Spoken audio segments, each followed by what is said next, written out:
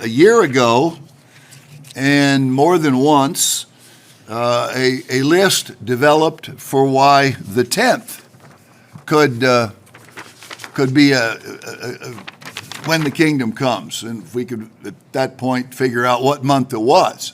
The temple came on the 10th. Israel entered the land on the 10th, and there are a lot of 10s in the Bible, and there are certain fasts that will turn into feasts on the 10th, and so on and so forth. So you could say the 10th of Sivan is a big possibility, and last year Pentecost was the 10th, so that got us thinking about the 10th. So we've gone 1, 3, 5, and 10, and then last week I began to introduce the subject of the 15th. And this is the thing about the Bible. It will make each of those cases look very powerful.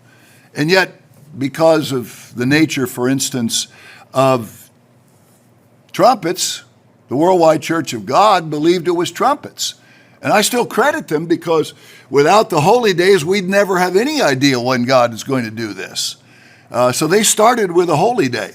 And it turns out it wasn't trumpets, but they certainly, Mr. Armstrong was used by God to certainly lay down the marker, or the markers, the 3 steps that would get us to understand how we would use these days. But last week we started looking at the subject of the 15th, or a full moon. And I want to just quickly touch on some things from last week, and I want to confirm today the 15th. I didn't have enough time to fully prepare it. I thought I'll let more time pass, and I'll cover this bigger message in the meantime. But again, brethren, I'm up here trying to listen to the still small voice of God's Spirit.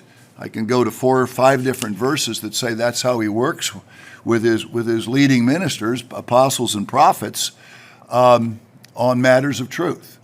There have been occasions where he sends Gabriel, but that's rare, and only 3 or 4 times in the scriptures. A couple times to Daniel, and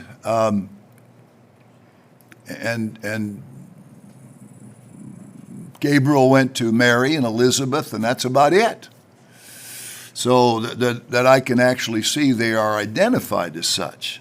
So that was never going to happen. Gabriel never came to Mr. Armstrong, and so he has not come to me, and therefore I have to try to follow his spirit. So I want to lay out some really powerful things that emerged once I had a whole week to think about it. And they are so strong, they leave me completely unable, no matter the strength of these other points, completely unable, and they will leave you completely unable to believe that the kingdom begins any other date but the 15th.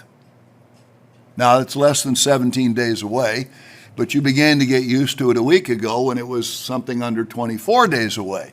So let's confirm it. Let's confirm it in ways that are most powerful. The disciples would have explained this to all the saints. They would have known what that was. The disciples knew the 15th.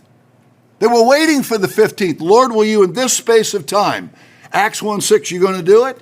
They were waiting for it 1 week after Pentecost. They were on fire when they saw this happen. This is it, what Joel said. They're waiting for the 15th. I suspicioned that last week. Now I know. They had to know. All the saints would have known it. The last thing Elijah would have restored was a date the Colossians, the apostles, and the church once knew.